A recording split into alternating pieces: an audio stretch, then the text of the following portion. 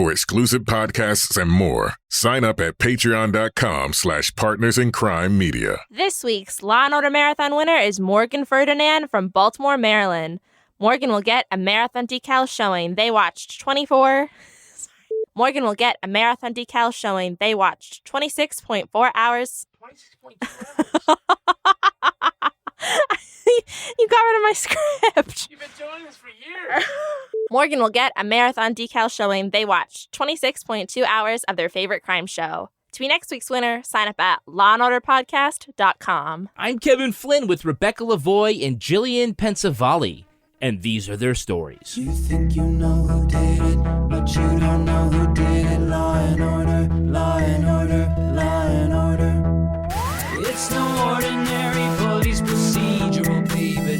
It's the FNOG of police procedurals, baby. Law and order, law and order, law and order, law and order. These are their stories, these are their stories.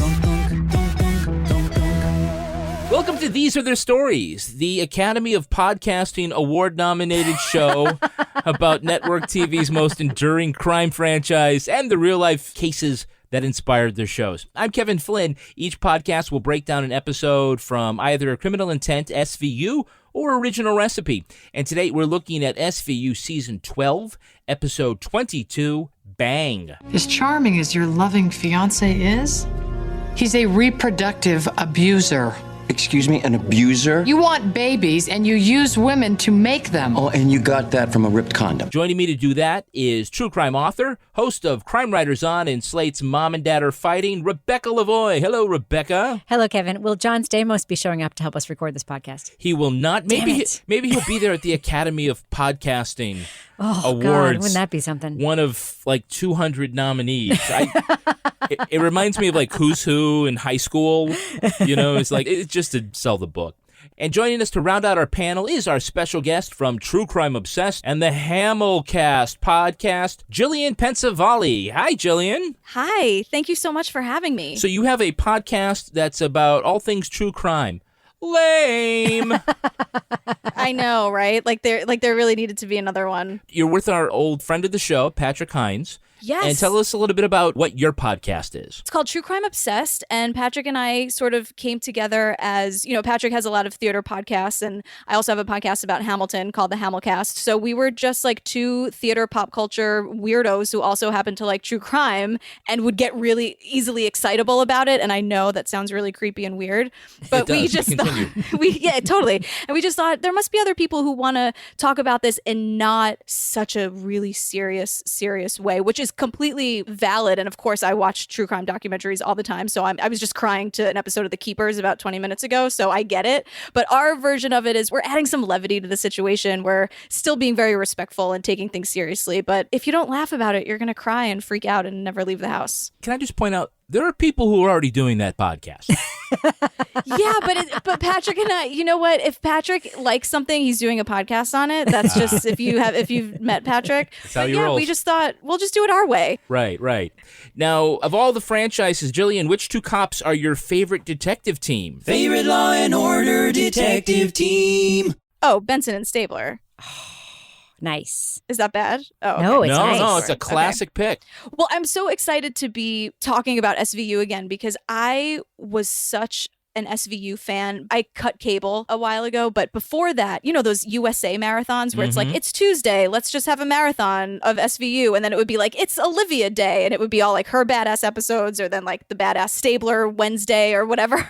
Like USA was just on a lot because SVU marathons were on constantly. So the Ice-T looks like marathon.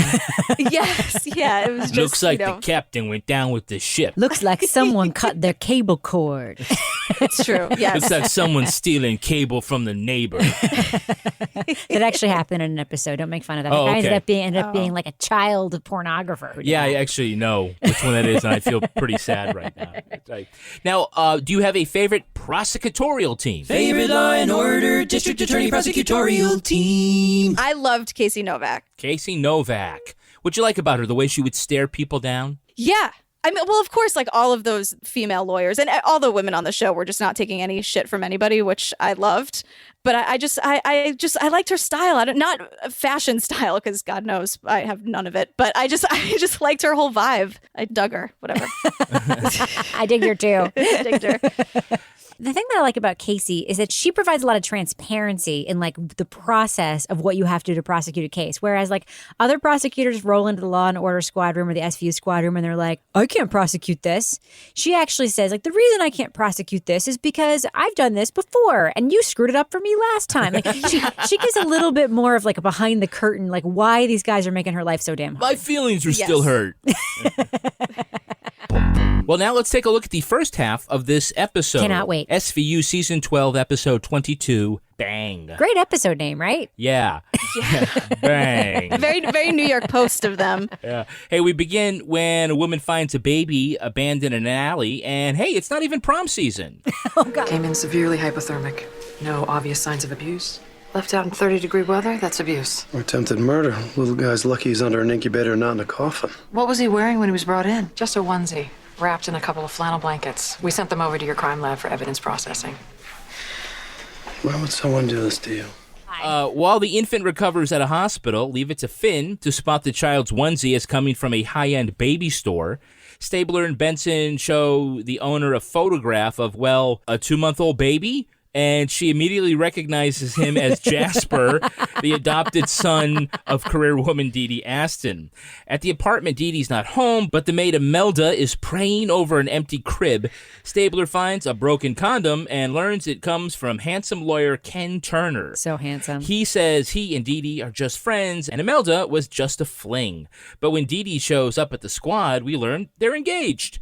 She says Ken handled the paperwork on Jasper's adoption, and then they fell in love. Dee Dee tells everyone she left home that night because Papa don't preach, she's in trouble deep. Ken is thrilled that she's pregnant and says he's glad that rubber broke too. Benson accuses him of being a reproductive abuser. Classic case. Tricking Dee Dee into having his baby. Having committed no actual crime, the happy couple go home. Meantime, DNA from the baby blanket implicates Dee Dee's scuba diving neighbor. He says he took Jasper to get him away from philandering Ken. Benson and Stabler confront Ken with a stack of birth certificates showing he's fathered 20 children. That's all that'll happen in the first half of the episode, you're sure? That is all the first, yeah. That's incredible. That could be a two-parter right there. So it's Ice-T's Finn who spots the label on the onesie as coming from this expensive uptown store. You see that logo? That comes from a store called Bebe Teak, an Upper East Side baby store. How do you know that? My niece registered there for a newborn. A blanket I bought him cost me 2 weeks of overtime. What was it made out of, mink? Organic cotton. Are you going to say the name of the store? Bebe Teak? It's so ridiculous. Bebe Teak. And then the woman in the store was like, Little India rests so much more comfortably, where it's like, all right, look, they're really hitting it home that this is like the most obnoxious store in Manhattan. Yeah. And with these baby names and Bebe Teak. It's full on UES. As you can, it's like totally at the Upper East Side. Like she knows everyone and recognizes a baby from its. Yes. I'm sorry, I don't mean to stereotype, but all babies kind of look alike. Yes. Especially at that age. And also, first of all, I live 10 blocks away from where that place supposedly is, which is like actually a Chipotle or whatever. But like, it's like, and maybe because I'm not I recognize that burrito. It belonged to Tony. Exactly. Maybe because I'm not a mom, but I thought the same thing, Rebecca. I was like, don't they all kind of look exactly the same? He like a mole on his cheek, and you could say, oh, yes, that's There that's was Jasper. so much great privileged white mom stuff at the start of this episode, between the cold open where the moms are at the gym where all the kids are taking gymnastics and they're all to a throwing person. their panties at the gay gymnastics teacher.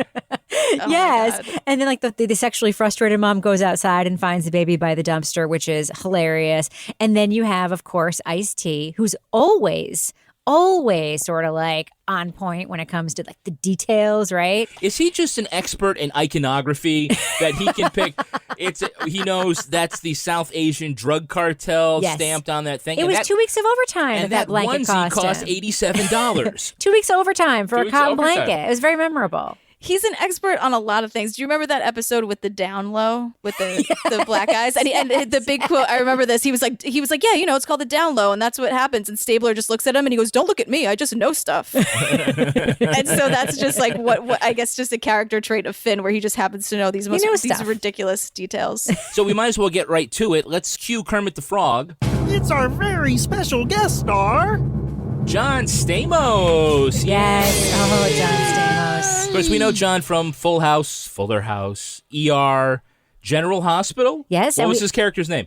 He was Blackie in General Hospital. Yes. You didn't think I was going to know that? Please. You pointed to me like it was going to be a mystery to me. Look, Imelda is built for, great sex. I mean, she's not really nanny material. I mean, Jasper cries no more than most babies, but she can't handle it. Can we just, we have to just have an aside. All right. John Stamos is gorgeous. He glows with gorgeousness. I remember when John Stamos, he's good friends with Howard Stern. Mm-hmm. And so Howard Stern would have him on years ago and he'd walk in the studio and Howard Stern would be like, "I can't even look at you, man." And this episode, they do a really good job of showcasing just how, and I know this is the wrong use of the word, he is objectively good looking. He just is. I'm sorry. He just is. Well, Gillian, this part was written, the writer's, honest to God, his name is Speedweed. But they said, no, I'm not joking on that. No, I know that's in my notes too, you guys. Accuracy. Are we going to talk about Speedweed, please, for 2 seconds? I just know that Speed was a nickname. Weed was probably, yeah. It's like W.G. Snuffy Walden. Yeah. Well, they say that they wrote this role specifically for John Stamos. Now, so Gillian, I mean, isn't true, do we not need a super charming guy to believe he could sling the D like this? Yeah, I mean, it's like, it makes sense to me, I guess, for him to just Paul Giamatti could not do this role. You know what? And I love Paul Giamatti, especially as John Adams with those busted teeth. But yeah, no, you need a Stamos for a role like this, I think. Am I crazy? Gillian, I mean, you're a woman. I am. Do you also agree that he is just you take the fact that you know him as Uncle Jesse off the table, which of course, every time someone's attached to a character, you can't help but see them as that person. But oh, of course. Is he not? He's beautiful. You don't right? have to ask her opinion. I'll say I'm a guy. Yeah, he's a beautiful man. Oh, absolutely. And he also doesn't age, which is just what's going on there? Something and his clothes just fit so well. He's one of those, And this character, I think, it was just the bizarro John Stamos. What if John Stamos was the worst? He was the worst, but he was also kind of the best because he was very earnest about being the worst. Yeah, he also thought this was a great thing that he was doing. He didn't have one of those SVU moments where all of a sudden it's revealed that he's an evil psychopath with a knife on it. He was just earnest the whole time, in his evilness. Yeah, that's true. He really thought, he was I don't see what the problem is here. I'm just slinging the D. Slinging it a lot. Yeah. So instead of calling the police when the baby in her care disappears, Imelda lights candles around the crib and prays. She also screws her boss's fiancé. I'm starting to think that she is not nanny material. She's not. That's what John Stamos said. She was built for great sex. Quote, she's not nanny material. She's built for great sex, he said, right? Yeah. Yeah, and you guys, it's we all took the same notes because those were also pull quotes that I had as well. Can we just talk for a second about the reveal that she's been having sex with someone when Stabler brings that trash can over and there is a super close-up? Just found a condom in the bathroom.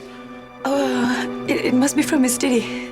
Yeah, well, she's been gone for 2 days, and this looks kind of fresh. An HD TV of a used condom that legit actually looks, it's one of the most pornographic things I've ever seen on this show, was this super high close-up of this used condom. I couldn't see the break in the condom myself. I was looking, it's supposedly busted, and it's busted from wild sex. Yeah, with Imelda, because she was built for it. Right. I'm surprised no one broke a hip if that's, if you're going to bust a condom all the time. Hey, we have in this episode a Hey, It's That Girl. Sure we do. Hey, it's that girl. Can anyone identify Dee Dee? Oh, Footloose. Yeah. What's the actress's name?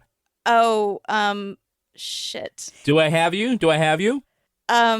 Wait, no, Lori, no. Lori something from Lori Singer. Yes. Lori Singer. I'm a management consultant, and my whole life has been work. I didn't even have time to date. I hear ya.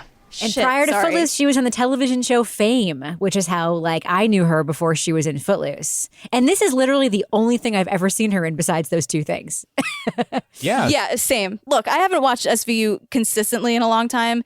Is this a particularly soapy episode, or is this just what it always was like? Oh no, this is off the rails soap opera. Okay, because there were so many things where she's like, "What am I, your grandmother?" Like all of this just ridiculous stuff where I'm like, "This is fantastic." It was fantastic, and her clothes were like gorgeous in this episode. What I loved about her in this episode was that she was obviously recognizable as Laurie Singer, right. But she was age appropriate Laurie Singer. Like she wasn't like all like Botoxed up. She looked like a very beautiful woman of a certain age. Yes. Really beautifully turned out. Very believable as a high-powered management consultant. Very believable as John Stamos's ignorant fiancé. I thought well cast. I thought the writing for her was insane. Insane. Yeah, like she deserved so much better, I think. Well, I just keep thinking that the town elders from Footloose would be so disappointed about her child out of wedlock. Well, this is exactly what they didn't want to happen. Like this was dancing would lead to this. Yeah. Dancing would lead to 20 kids. Well, her Absolutely. parents in Footloose were who, Kevin? John Lithgow and Diane Wiest was her mother, right? Oh, the Was it future Diane DA, Wiest? right? Was it Diane? Yeah, it was Diane Wiest who was their mother. Yes, who was also on Law and Order, of course. So, well, she probably would have gone easy on the prosecution there. So Olivia channels her inner Gorin, deducing that one broken condom is an accident, but two broken condoms makes you a reproductive abuser. A classic reproductive a textbook. As charming as your loving fiancé is, he's a reproductive abuser. Excuse me, an abuser? You want babies and you use women to make them. Oh, and you got that from a ripped condom. The standard fail rate is 1%. Now, Didi, I bet Ken's rate is a lot higher than that. You know what? Our condoms break because we have so much fun in bed. Or Tell me. because you poke tiny little holes in them ahead of time. Olivia says reproductive abuser no less than 17 times, and she says it as if everyone knows what that is. Like, she just keeps saying it, and I'm like, is this a term that I meant? Like, she's just like, a reproductive. I'm like, all right, everybody drink every time she says reproductive abuser. We'd all be hammered before the first act is over. She says he's a textbook reproductive abuser. I'm like, what textbook? Exactly. What is that? What are you talking about? I know. I mean, her saying that over and over again was about as subtle as the neighbor boy coming out from the downstairs apartment in the very first scene with his scuba gear. In the winter? In the middle of winter. Over his winter coat. As a viewer, it's so distracting when he comes out in the scuba gear. The first thing you think is, that scuba gear's coming into play later. Yeah. And when she says classic reproductive abuser, and she says it over and over again, you're like, clearly that's where this episode is going. Yeah. Guys. Meantime, it's like, hey, over here. Right. Stolen baby. That's the crime. You're like, oh, this guy's a mimbo. It's true. It's true. You have poor Imelda who's being taken advantage of, the stolen baby, the admittedly stolen baby, right? Yeah. Yes, but the reproductive abuser is so popular in the lexicon that trumps all, even though it is not a crime. So we have DNA testing on the blanket, and they find a red hair. But the DNA testing is now so sophisticated, they also can Right. tell that the person has blue eyes. Right. So that narrowed it the fuck down for Manhattan, right? Right. It's that one dude, Wade Fisk. He had to have been it. He's the only guy with red hair and blue eyes who could have actually... As opposed to all the red hair and black-eyed people that are walking around. in Manhattan, right? So they got a warrant on that. And that's why he ends up in custody. And he seriously 100% thought that was the best idea. And even Finn, I think it was Finn, it was like, so not the front door, like just in the back where the garbage is, that's where you wanted to leave the baby? Well, I knew that the moms who were trying to jump the bones of the instructor. The and gay wasn't, guy. did it turn out that Wade was gay too? I can't remember. Was there like a throwaway scene? No. I kept thinking where it was going to go was that he was the boyfriend of like the instructor, and that's how he knew that. Oh, like like this show needed one more fucking twist. Please, come on. Well, now let's look at the second half of this episode. Let's do it. SVU brings in Audrey, a specialist in reproductive abuse cases, to help them arrest Ken for something that's not actually illegal. So, Audrey, we're looking for a little guidance on how to nail this guy. He's poking holes in condoms, isn't he? Mm-hmm. And unfortunately, that's not illegal. Putting semen in a woman without her consent should be considered rape. The ADA doesn't see it that way. So, is there anything else that guys like this do? Reproductive abusers use verbal coercion to make women have babies. You can't collar this guy for what comes out of his mouth. When their words don't work, some use their fists to get what they want. There's no evidence Ken is hitting Dee Dee. But we do have Ken's 20 other baby mamas to ask. We should track him down. They find Jasper's birth mother, a coke addict, who says Ken sweet-talked her out of custody. After getting a warrant for the misdemeanor crime of failing to file paperwork, they trace Ken's cell phone to a classy hotel. There, they catch him with a hot babe sticking pins in a condom. Ken tells Stabler that he loves procreation, and why not? He's John fucking Stamos. Yeah. After ADA Snuffleupagus refuses to charge him, SVU gathers all 20 mothers in the squad room for what looks like the worst Lilith fair ever. Unfazed, Ken admits he's actually the father of 47 children around the world. Later that night, Ken is found at Dee Dee's with his... Do you want to read that part? I got it. With his chest blown apart from the inside out. Stabler deduces the murder weapon is something called a wasp injector knife. Yep. Scuba divers use it because the knife has a canister of compressed CO2, which, when stabbed, will blow up anything like a meat balloon. Dee Dee, a scuba diver, admits to owning a wasp injection knife, but has an alibi. All of the mothers went for white wine and Cosmos in what was likely a very awkward getting-to-know-you party. They turn up at the squad room, Spartacus style, and vouch for Dee Dee, but someone did slip away. The detectives discover Audrey, the abuse specialist, Dr. Audrey, sipping a glass of wine and toying with a knife. She says all she wanted to do was cut off his dick and was just as surprised as the rest of us when instead he exploded. Look, I love that you can't even talk about it. This is great. I also love that, like, the show knew where it's like, we just have to protect his face, so let's just kill him in a way. Oh yeah, don't blow his face off. They just blow up his entire midsection, but his face is completely untouched. Now, I know you're not going to say it because you never do, so I'm just going to throw it in right now. Yeah. Dr. Audrey is another Hey, It's That Guy. It's Noelle Beck, who was a longtime soap opera actress. She was a lead character on the longtime soap opera Loving. My sister's boyfriend beat the hell out of her one night. Next thing I know, I'm a domestic violence counselor in Buffalo. And she was also on As the World Turns playing Lily. And you see her, and if you're like an old-timey soap opera fan like me, you're like, that's a soap opera lady. And you always let those people go unacknowledged. So I thought I would just say it right now. Hey, that's great. So, hey, there is no crime committed here, but when Cragen is out of the office, they'll investigate just about any fucking thing, right? Yes. Is that a question? Yeah. They spent taxpayer dollars to hire a specialist from Buffalo in reproductive abuse. Yes, but she also had one, I think, just to make it serious for a second. Yeah. She had a line in the episode that actually I found a little bit disturbing. When they went to go see Jasper's mom at the skating rink, which is a hilarious, like, super New York job for, like, somebody's like drug abuser, mom whose baby was kidnapped to have, picking up garbage in the bleachers of a skating rink. They were talking about how they could get him.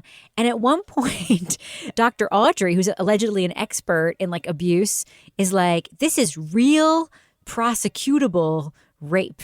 And I'm like, as opposed to all that fake, like, unprosecutable rape that this sexual violence team, like, deals with all. Did that stick out to you, Gillian? Am I nuts on that one? Totally in my notes. I'm looking at it right now. Hey, I was Benson, like, wait. you know what a rape is, right? Yeah, it's like, where's that Benson GIF moment then where she should be like, I'm sorry, what? Like, that double take where it's like, so what do I do 18 hours a day? Exactly.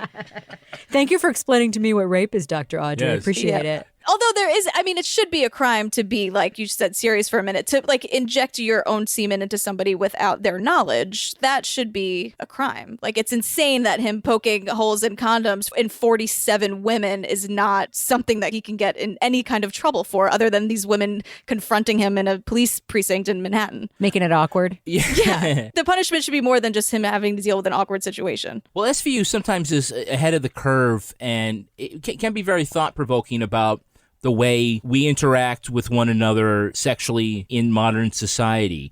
And Stabler and Benson are kind of still like, what Ken Turner did is not a crime. should it be a crime? Well, it took the courts a long time to recognize domestic violence as a crime. Maybe Audrey's research can raise awareness about reproductive coercion and pass laws about it. Poking holes in condoms will become fraud with intent to deceive. Sure. Flushing birth control pills down the toilet becomes larceny. Yeah, leave it to Stabler to always make it sexist, like 100% of the time. That's like his trademark move. He's like, how can I turn this around and make every woman watching this show hate me immediately? I know what I'll say. I'll say it's the same as the millions of women who flush their birth control down the toilet. The documented millions of them, right? It's the documented millions of guys taking a Nobody pin to said a condom? that. Nobody said that. I mean, nobody said this was common. Of course, it was textbook, but nobody said it was textbook, common. Like, wait, but that's the thing though. If it's so textbook, then why is it not like? Why is it so hard to prosecute this guy? I don't know. I'm just gonna say this, like. John Stamos is the only person, like you said earlier, who could have played this Who part. could get away with saying because that there were shit, certain times this episode where I'm like, yeah, you know, would I really complain if I had an unplanned pregnancy and the baby came out looking like John Stamos? I also just love how it's so funny that he really doesn't care about the kids after they've been born because he pets that one kid like an actual dog. Yeah. He just goes up to the kid and just like pats him on the head with like no love or emotion.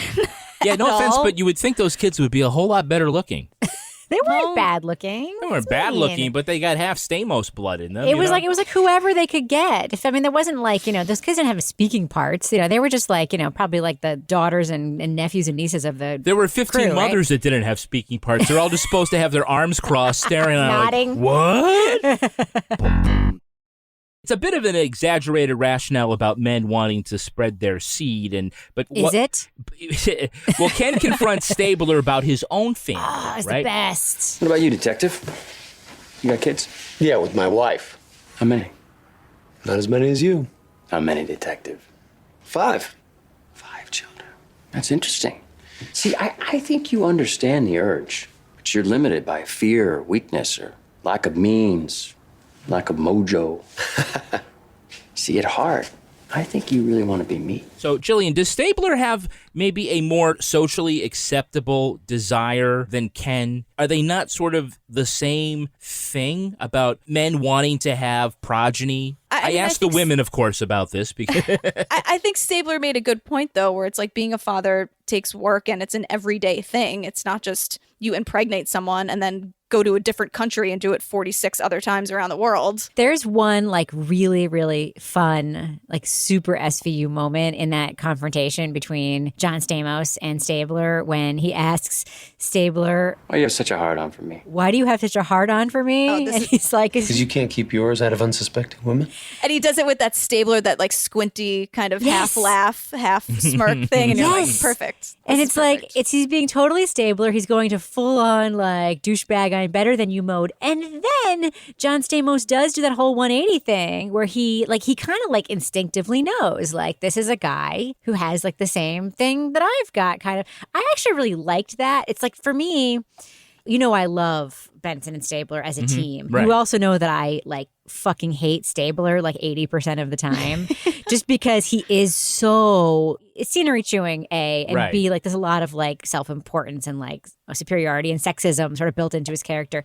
But I do love it when John Stamos, who's a total caricature of masculinity, kind of calls Stabler on, you know, his version of masculinity. I found that really kind of refreshing and cool. And then when he takes it over the top when he says, Come on, admit it, detective. You know you want to bang your partner. Want your grow swollen with your child? don't you want to see her swollen with your child? Yeah. He lost me at that. I was just like, that is the grossest way to say, don't you want someone to be pregnant? Gross, swollen? Like, that's so disgusting. So he had you right until then, huh? Barely. Would just note as an aside that this is Chris Maloney's second to last appearance. Is this why? It was, Was dialogue too much for him? it was like, I have to go procreate more with my wife. One of these kids will not be crazy. No, if you follow Chris Maloney on Twitter, you know he has to do more yoga and fly his little plane around. It's what he's got to do. He's a busy man. How did they get 20 moms and their children to the squad room at the same time? Including the Australian one? Yeah. I forgot that she was Australian. Can you book Qantas? And that was the backup plan. That was the backup plan. Yes.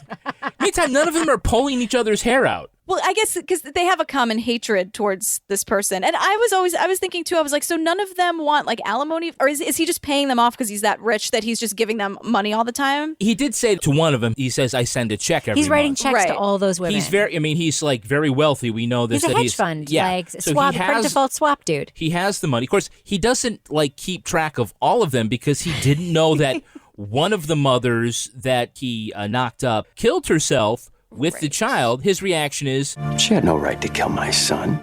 Right. Yeah, it's true that your point is a good one. So I guess the whole thing was they were trying to get a prosecution together, right? Mm-hmm. And it wasn't happening. And then Olivia's like, it's okay. We've got a plan B. And then they walk out into the squad room and those 20 women are there. What if plan A had worked and those 20 women had just been called down and they were all standing out there for 2 hours, like for no reason? Like, how pissed off would they be? Like, they'd go to ladies, brunch again or wherever. Never mind, ladies. We don't need you for this awkward confrontation. You can all go home. I still want to see the incident report that they file for Cragen for when he gets back from wherever he is. You'll never believe what happened Thursday. It's like Gillian can always say it's like probably like getting like a callback for an audition. Like, and you're sitting in the stupid room forever, and then they like just let everybody go. You know, everyone step forward. Okay, you guys can all go. And usually they have this like ridiculous, very forced excuse as to why a character can't be there. Yeah. You know, so I'm surprised they didn't have like, well, Cragen's out fixing the deck in his summer home or whatever. They always like have to say something very specific and very forced where it's like, all right, so Olivia's not here this episode. We get it. I'm disappointed that Munch would have had a whole bunch of great one-liners, Yeah. I think. Yeah. Yeah, I think Ice-T was also underutilized in this episode quite a bit. He was. And now it's Finn who comes up and makes the big reveal that being a creep can get you dead as a doornail. He announces that Ken Turner has found up dead, and so they go to the scene, and he says that the neighbor described it as a yell and a wet bang. And it's ironic because Ken Turner died with a wet bang, but with all those busted condoms, it's pretty much also how he lived. He did. That's why the name With of a this wet episode bang. is so great. It's a great, dirty, hilarious name for this episode. Yeah, it's like the New York Post named it. It's perfect. Exactly. I'm surprised they didn't call it wet bang.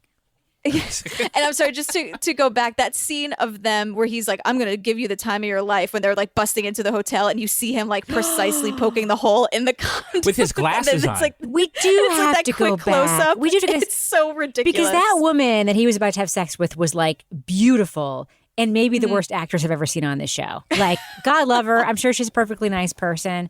First of all, why would you answer the door in your hotel room? Yes, because I noticed they already had room service. Yes. It's like, who else is Yes. coming? Did they order the newspaper or If something? you are wearing that kind of lingerie and you're going to knock on your hotel room door, you look through the peephole and you say, sorry, let me get my robe. Sorry, white guy and black guy. I'm not letting you in while I'm in my panties.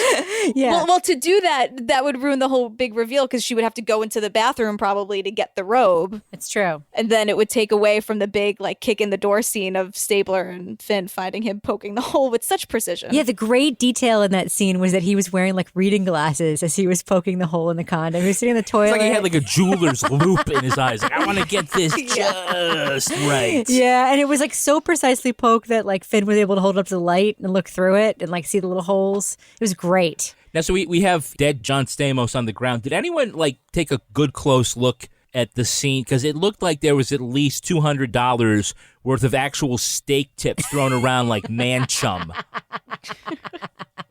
Yeah, it was pretty cheesy and pretty great all at once. John Stamos said, Gillian, that he had worked all these years on ER and he had never seen anything that bloody and gruesome. Well, yeah, I believe it. And also just, as long as the face is okay, that's really, I think, Yes. was their main concern. Like, and I really think that they were just like, how are we going to kill this guy that makes it so that we could still zoom in on his face? Because we want to see that one more time. Yeah, because you definitely do not want to see his chest after it looks like the after photo in Alien. So her goal was to cut his dick off, is what she Right. said. Yeah. Why did she stab him in the chest? Like, why was that the first place she went? Why didn't she just like stab him down there? She may have, and the canister thing like went up and All right. the chest cavity. I don't know. I've never been stabbed with a wasp injection knife. They played that little video with the fish or whatever, like Blowing that up little the fish. example. Makes sense for diving. You stab a shark with it and it rockets up to the surface. And it blows it to bits by 800 psi. Whoa. Just like Ken. I think that was supposed to be like one of their like own like evidence The techs. tech guys. Which was absurd because they didn't actually have the knife, right? Right. It was like Well, a sample knife. Oh, yeah, because they said it was from the Navy, so I thought maybe it was like from what the military shows people when they're... Maybe? I don't know, but who knows? It bullshit. They just Googled it and came up on YouTube. But it was like one of those times where they were like using like Elliot the veteran, like he's the expert, so he's able to, he just knows because like he's seen action, and it was like, all right, Finn knows designer labels of organic baby blankets. Sure. And Elliot knows about scary weapons that Navy SEALs use to blow up terrorists. And if you, that seems fair. And if you took somebody who had never seen the show and put those two characters side to side, you said, which one of these guys knows about baby clothes and which one knows about explosive cutlery? It's true. It does seem a little bit like casting against type, but I liked it. It was creative. So we have a knife that blows up people. Gillian, is this the most ridiculous way anyone has been killed in the history of television? As far as I remember, yes. I was like, wait, what? Like, and they just sort of just kept dropping all these things where I was like, oh, okay, so that's how they're justifying it. Because at first glance, you're like, this is ridiculous. And then after all the justifications, guess what? Still absurd. I mean, maybe Chuckles the Clown on Mary Tyler Moore was more ridiculous. Nope. The person falling down the elevator chute on LA Law. Nope. But this is definitely for SVU. The most like weird and ridiculous way of killing somebody. I mean, first of all, Game of Thrones, has like totally upped the game on this. But there was the one episode where they put the bucket of rats on the guy. Oh yeah, the tickler. And like what's supposed to happen is the rats are going to eat another guy. To me, that was like the worst and most ridiculous death in the history of television. Ridiculous. I mean, this you one put was a box good. of rats on someone's face, you know they're going to get eaten. But here's the thing. I was thinking about it later. You don't cut some guy's dick off and watch him explode. It's true. I'm just saying. It's true. Here's the thing. I don't know what the rip from the headline story is at all. So I don't know if it has anything to do with like this knife. But here's what I think happened. I think that some writer learned about this kind of knife and wanted to like work it into an episode, right? Because when you kind of think about how all the scuba shit was in the episode for no reason, like it's the middle of winter, you see a guy leaving his basement apartment with scuba gear. No, where is he going? Is he going to the Coney Island Aquarium to scuba dive with the beluga whales? Like, where the fuck is he going with no wetsuit and just scuba gear out of his? So I feel like they discovered this weapon. They wanted to use it. They're like, only Elliot Stabler would have any idea what this thing is because he was in the military.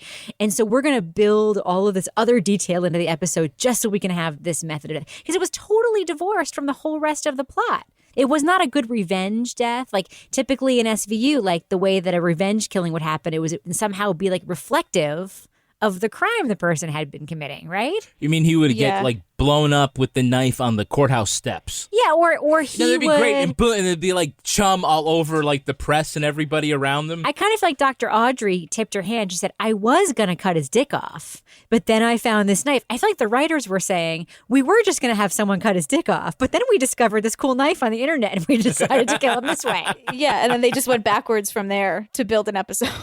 Exactly. My favorite thing about this episode, I think, first of all, when we meet Audrey, she's like Sharon Stone in Basic Instinct with that full glass of wine just sitting there. Yes.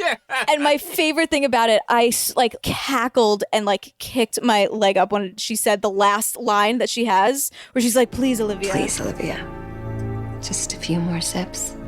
They don't serve wine where I'm going. They don't serve wine where I'm going. It's just like, you're like, wait a second. Like, this is just the most ridiculous thing I've ever seen in my life. And then it's just like fade out where it's like, okay, like what? They just let her finish her red wine? Like, I don't understand. She still had that knife. I would let her finish the whole wine. character's weird. Like, we are supposed to believe that Olivia took like a training course with her. But we've never seen her before in the show, right? But they introduce her as if she's been in like 17 other episodes, and this is supposed to be some big reveal. No, she said, like I was at a course, and she was the thing there. And you remember that Thursday I wasn't around? It's kind of like the Marcia Gay Harden character who turns out to be, but she was in like a bunch of other episodes first, so it was actually interesting when she not to be a bad guy. Like, this wasn't like that. This was like the discount version of that. No, it was a wet bang. All right, let's take a look at the real-life story that inspired this episode. Cannot wait. It's time for Ripped from the Headlines. You think you know who did it. You think you know who did it. But you don't know who did it. You don't know who did it. Ripped from the headlines. This episode was partly inspired by a 2010 clinical study of what researchers dubbed reproductive coercion. It was a new look at a type of domestic abuse that had long gone unnoticed or unreported. Men who got women pregnant either by deception or force of will. Practices included poking holes in condoms or swapping out birth control pills. While nearly half of the pregnancies in the United States are unplanned, researchers estimated a third of them were the result of coercion. This episode may have also taken a cue from the story of Britain's most notorious serial father, Keith Macdonald. The Daily Mail reported the 25-year-old had fathered 11 children with 10 different women, and mothers of 5 other children claiming they're his. Macdonald claimed a bad back kept him from working and was getting £100 a week off the dole. Because of his inability to work, the British government paid child support to all of Macdonald's offspring. The newspaper estimated it will cost taxpayers £2 million by the time the children are all adults.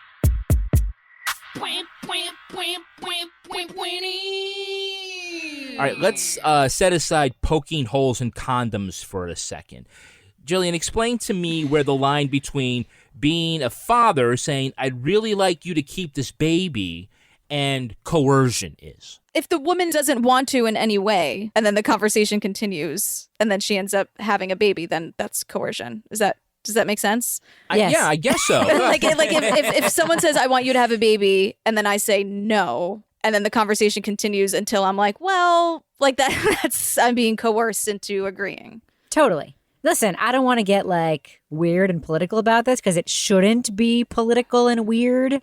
But like a man does not have a baby. A woman has a baby. Mm-hmm. It would be like me saying to you, hey, I know you just had dinner, but I want you to eat this whole ham. And then you say, I don't want to eat this whole ham. And I say, if you loved me, you would eat this whole ham. Obviously, that's like a dumb example, but like I'm asking you to do something that you have chosen to not do. Yeah, and you're the one who's going to have the food baby. With your body. And yeah, it's like, it's absurd. It's totally absurd. I mean, they really did take it a step further and looked at it in a clinical way about... It was textbook.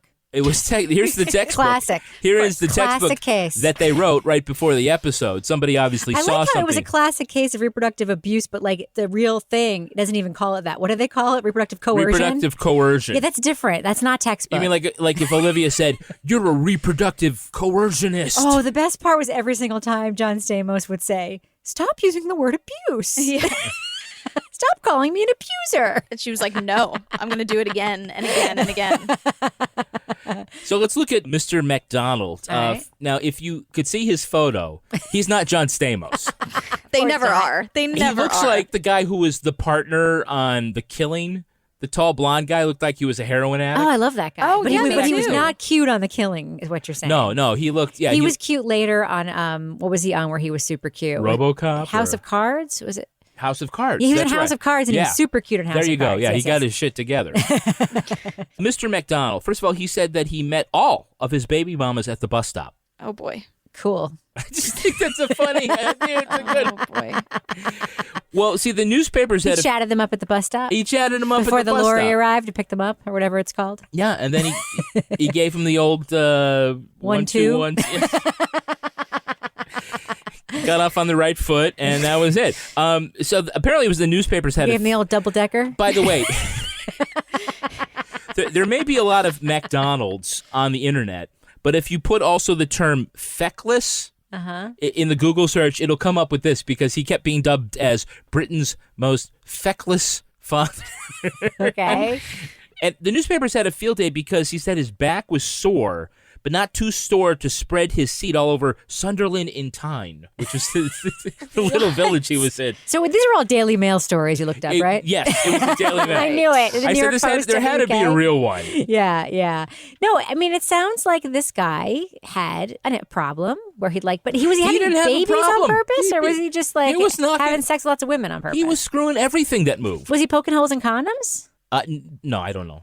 So I don't know. He wasn't necessarily the reproductive abuser, just that he couldn't keep it in his pants. I kind of feel like what they showed John Stamos as being that reproductive. It's like somebody who can't have enough cats. It sort of felt like that, and then you go to their house and not actually taking care of the cats. He's like a cat lady. Yeah, he was like a kid hoarder, but he was compulsive about it, where it was something he needed to do, and then he didn't. But like Stabler was saying, that instinct was not there to do anything further and care about their schooling or care about if they ate that day or something very basic. He just didn't care. He just threw money at the problem and on to the next one. Well, he certainly didn't care about the women, because that woman said she had to quit med school because she had his baby, and he was like, being the mother to my child is far more important than anything you could have ever wanted to do, right? Yeah, he was really in on himself. Right? but Mr. Macdonald, not so much. No? No. Apparently, there was like a follow-up article. Like I looked like a year later In the Daily Mail? In the Daily Mail. Oh boy.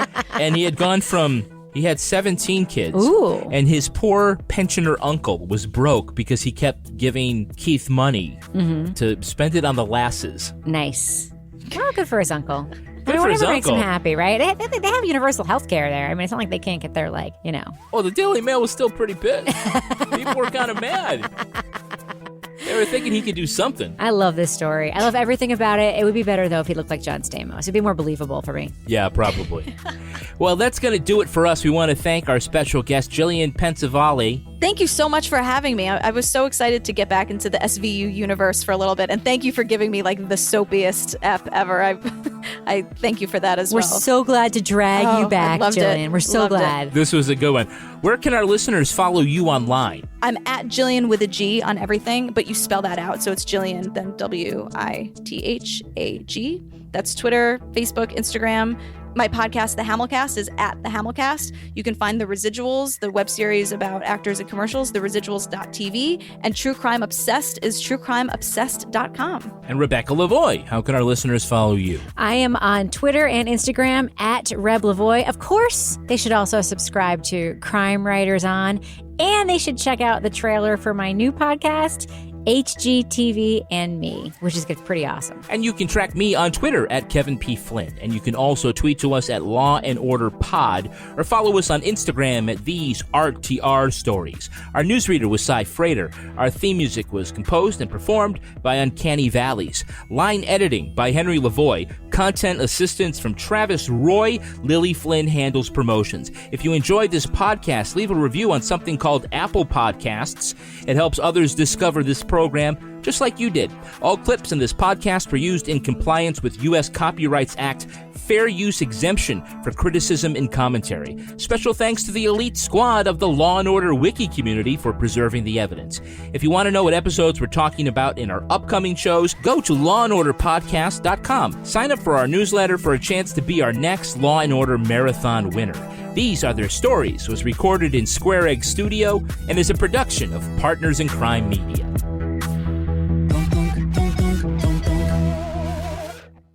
Partners in Crime Media.